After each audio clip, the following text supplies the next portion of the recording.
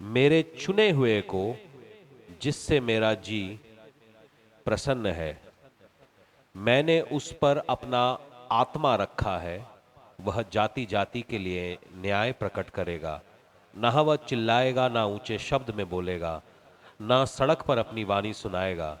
कुचले हुए नरकट को वह ना तोड़ेगा और ना टिमटिमाती बत्ती को बुझाएगा। वह सच्चाई से न्याय चुकाएगा। वह ना थकेगा और ना हियाव छोड़ेगा जब तक वह न्याय को पृथ्वी पर स्थिर ना करे। वह दीपों के लोगों को उसकी व्यवस्था की बांट जोहेंगे। तो जो खूबसूरत बात है उसके अंदर ये है कि मेरे दास को देखो जिसे मैं संभाले हूं, मेरे चुने हुए को जिससे मेरा जी प्रसन्न है, मैं उस पर अपना आत्मा रखा है। कई बार लोग समझते हैं कि पवित्र आत्मा मीटिंग में जाने से आती है।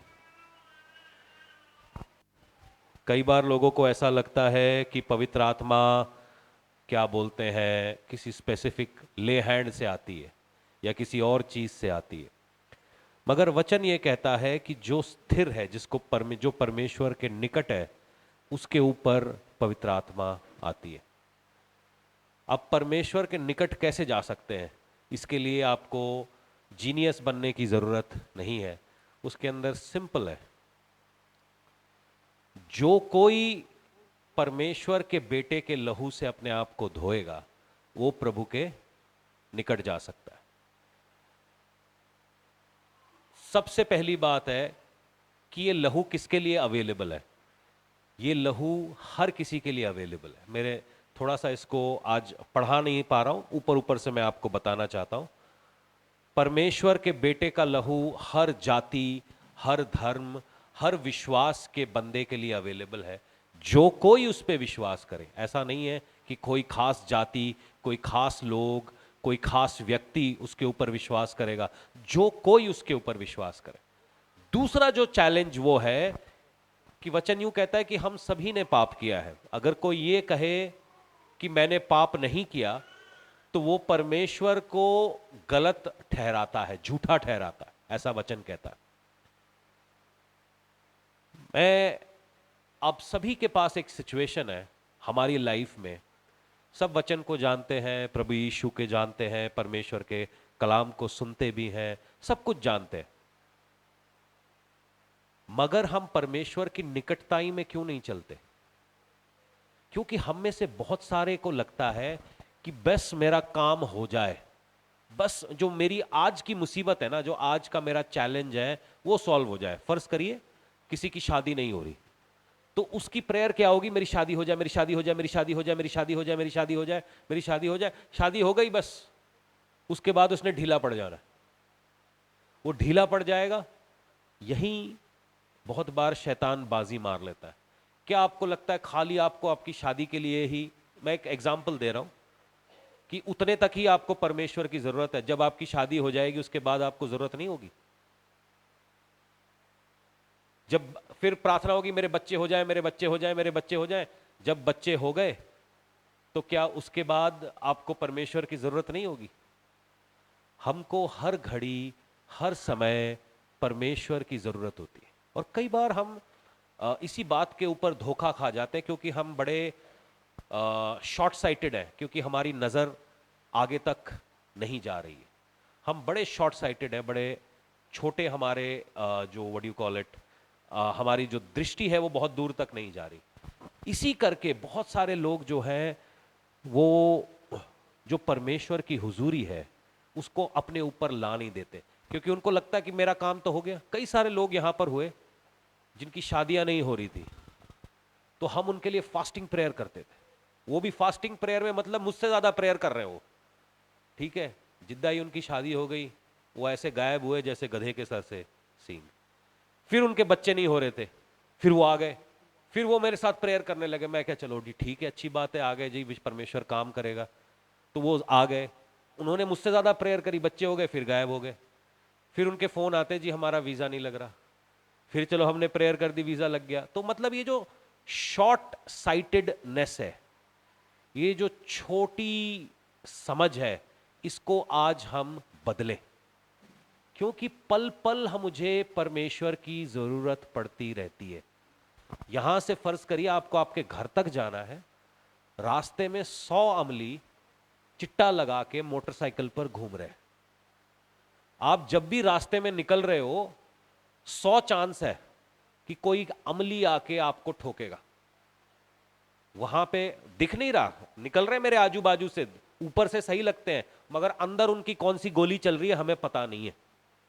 हमें परमेश्वर की जरूरत है, वहां पर वो मेरा बचाने वाला है, मुझे वहां पवित्र आत्मा की जरूरत है। कई कई बार पवित्र आत्मा आपको बोलेगा उस रास्ते से नहीं जाना, इस जगह से नहीं जाना, उस जगह से नहीं जाना। आपको बात तुरंत सुननी है। और यह आत्मा आएगा कब? जब आप पुत्र के निकट होकर चलोगे। ये आपके अंदर का एक सिस्टम है। मैं इसको एक्सप्लेन कैसे करूं? ये एक सिस्टम है जो आपको आने वाली विपदा से बचा के रखता है। और ये आपके अंदर कायम कैसे रहेगा? जितना आप पुत्र के निकट चलोगे। पुत्र के निकट कैसे चलोगे? जितना आप पाप से दूर रहोगे। पाप से दूर कैसे रहोगे? जितना आप पुत्र के लहू से नहाओगे। पुत्र के लहू को अपने ऊपर कैसे मांगे? कन्फेशन से। अगर गुनाह हो गया तुरंत माफी मांगे। जैसे ही आप कन्फेस करते हो ना कि परमेश्वर मैंने गलती की, तुरंत ही आसमानी बाप अपने लहू को रिलीज करता है। हम में से बहुत सारे लोग क्या करते हैं? डिबेट करते हैं। उसने मेरे को ऐसा कहा, उसने मेरे को ऐसा कहा, उसने मुझे बोला, अगर उसने मुझे बोला तभी मुझे गुस्सा आया ना, मैं सही हूं ना। ये डिबेट शैतान नहीं सुन रहा, ये कोई नहीं सुन रहा। जैसे ही मिस्टेक हुई, सॉरी फादर, मुझे माफ करें, मुझे माफ करें। क्योंकि जितनी देरी आप करेंगे उतना जल्दी मौका मिलता है शैतान को आपके ऊपर मुकदमा लगाने का। मेरी बात को बहुत क्लैरिटी से सुनिएगा। क्यों डिलीवरेंसेस में हम लेट हो रहे हैं, क्यों छूट नहीं रहे हैं? क्योंकि ये अंदर से ये देरी की आदत जाती नहीं। परमेश्वर कुछ कह रहा है, आज जाके फास्टिंग करना, आज तो घर में बिरयानी बनी है। आज जाके ये काम करना, आज तो ये प्रॉब्लम हुआ है।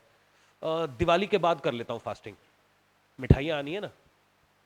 अच्छा, फिर क्रिसमस के बाद से पक्का, क्रिसमस के बाद से मैं हर हफ्ते फास्ट रखना। क्या हो रहा है? हम एक मिस्टेक कर रहे हैं, लेट कर रहे हैं। परमेश्वर ने कहा दशमांश देना है, इस महीने नहीं, अगले महीने, अगले महीने फिर फीस भी नहीं होगी, अगले महीने फिर बिजली का बिल भी नहीं होगा, अगले महीने दे दूंगा। तो इस महीने की जो बरकत है, जो आपको होना था, फिर हमने वो दशमांश बचाया, उतना ही बच्चे की दवाई में चले गए, उतना ही मोटरसाइकिल खराब हो गया, बचा के आपके पास। अच्छा नहीं होता कि परमेश्वर के साथ अपना रिश्ता सही कर लेते कि प्रभु मैंने दे दिया, आगे तू संभाल, सारे काम संडे को ही होने।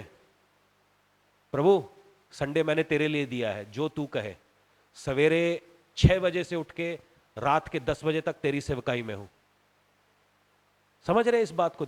ये चीज है, ये जो आपके दिमाग में काम कर रही है, ये एक फ्लैश का रिएक्शन है। कभी कोई आपके को आके धक्का मारे तो पहला रिएक्शन क्या होता है? कि मैं भी पलट के उसको एक धक्का मारूं। तो ये फ्लैश का रिएक्शन है, ये हमारे अंदर से आता है। उसी प्रकार से एक स्पिरिट का रिएक्शन है कि जब कभी भी आत्मा आपको कुछ कहे, शरीर हमेशा कहेगा आज नहीं करना। शरीर कितने के साथ ऐसा होता है कि जैसे ही बोलता है आज प्रेयर करनी है, उस वैसे ही हो जाता है, आज नहीं, कल, कल करेंगे, कल से जाएंगे, कल होगा। ये शरीर का रिएक्शन है। तो आइए आज इस रिएक्शन को तोड़ें। आज हम परस्तिश करें, ठीक है? और ऑफरिंग उसका एक हिस्सा है। अगर आप चाहते हैं कि परमेश्वर की आशीष और बरकत आप लोगों के ऊपर बनी रहे, तो जो कुछ भी प्रभु ने आपके हाथ में दिया है एज एन ऑफरिंग लाए। पुराने नियम में कुछ लोग शायद आजकल बड़े सारे प्रचारक उठ खड़े हुए हैं और वो अपनी अपनी कहानियां सुनाते हैं। वो कहते हैं जो ऑफरिंग है, जो दशमांश है, वो पुराने नियम का जो है, क्या बोलते हैं, टेक्स्ट का हिस्सा है। अब हम नए नियम में चल रहे हैं, इसलिए दशमांश देने की जरूरत नहीं है। तो मेरा सवाल उनसे ये है कि कहां पर यीशु मसीह ने कहा, कहीं एक जगह पे दिखा दो कि पुराना नियम इनवैलिड है, या पौलुस ने कहा या पतरस ने कहा। वो कहते हैं वो तो नियम का हिस्सा है। यीशु मसीह बल्कि यूं कहते हैं कि मैं नबियों की बाणियों को दूर हटाने नहीं आया हूं, मैं उनको अबॉलिश करने नहीं आया हूं, मैं उनको पूरा करने आया हूं। तो ये मूर्खता ही है। आप किसी के लिए 10 रुपए बचा दीजिए, वो आपका फैन है। सरकारें कैसी चल रही हैं, 500 रुपए का सिलेंडर मिलेगा, मिल गया तुम्हें 500 रुपए का सिलेंडर, मिल गया। अगर वो औरतों को 2500 रुपए भी दे रहे हैं तो औरतें सोचें कि कितना महंगाई बढ़ गई है। अगर उन्होंने तुम्हें 2500 रुपए दिए हैं तो 6000 7000 के लायक टैक्स बना दिए हैं। जो आटा कल 10 रुपए में 20 रुपए में आता था, आज 50 रुपए में नहीं मिलता। तो क्या फायदा उस 2500 का? थोड़ा सा दिमाग लगा लो अपना। औरतें सोच रही है हमें मिल रहा है, कुछ नहीं मिल रहा। वो एक हाथ से दे रहे हैं और 2 हाथ से आपसे निकाल रहे हैं। उसी प्रकार से शैतान तुम्हारे फायदे की बात करता है मगर फायदा होता कभी नहीं है। अंडरस्टैंड दिस, इसको समझो कि मेरा फायदा कहां है। मेरा फायदा है कि वो जो 2500 आप मुझे दे रहे हो ना, मुझे मत दो, मेरे घर की सड़कों को सही कर दो। वो जो 2500 आप मुझे दे रहे हो ना, वो मेरे घर के आमने नालियां बना दो ताकि मेरे बच्चे टाइफाइड से ना मरे। वो जो 2500 आप मुझे दे रहे हो ना, स्कीमों में लगा दो, हेल्थ सिस्टम ऐसे कर दो, मेरे सरकारी अस्पताल ऐसे बना दो कि हर जिले के अंदर कैंसर वार्ड हो। हम क्यों नहीं ऐसी बातें करते? बेवकूफी की बातें कर रहे हैं हम। 2500 मिल गए मुझे, तुम्हारा 2500 2 मिनट में चला जाएगा। कोई एक जन बीमार हो गया तो हम क्यों नहीं? शैतान भी ऐसे ही काम करता है, पॉलिटिशियंस की तरह। तुम्हारा फायदा होगा, तुम्हारा कुछ फायदा नहीं होगा, तुम्हारा कुछ फायदा नहीं होगा, तुम्हारा मूर्ख बना रहा है वो। 1 बजे चर्च चले जाना, प्रेयर तो हो जाएगी ना, पहुंच जाओ 1 बजे। मगर वो जो बरकतें तुमको 11 बजे की सेवकाई से मिलनी है, वो जो चेयर लगाने से मिलनी है, वो जो पोछा लगाने से मिलनी है, वो जो बर्तन लगाने से मिलनी है, वो कौन देगा तुम्हें? ये सारा यहां का खेल है, इसको साफ करो। वो शैतान कभी तुम्हारे फायदे की बात नहीं कर रहा, वो हमेशा तुम्हारे नुकसान की बात कर रहा है। वर्शिप का पूरा होना होता है ऑफरिंग, और ऑफरिंग पता है कौन सी होती है? जो दर्द दे, जो आपको तकलीफ दे। वो शैतान कभी तुम्हारे फायदे की बात नहीं कर रहा, वो हमेशा तुम्हारे नुकसान की बात कर रहा है। वर्शिप का पूरा होना होता है ऑफरिंग, और ऑफरिंग पता है कौन सी होती है? जो दर्द दे, जो आपको तकलीफ दे।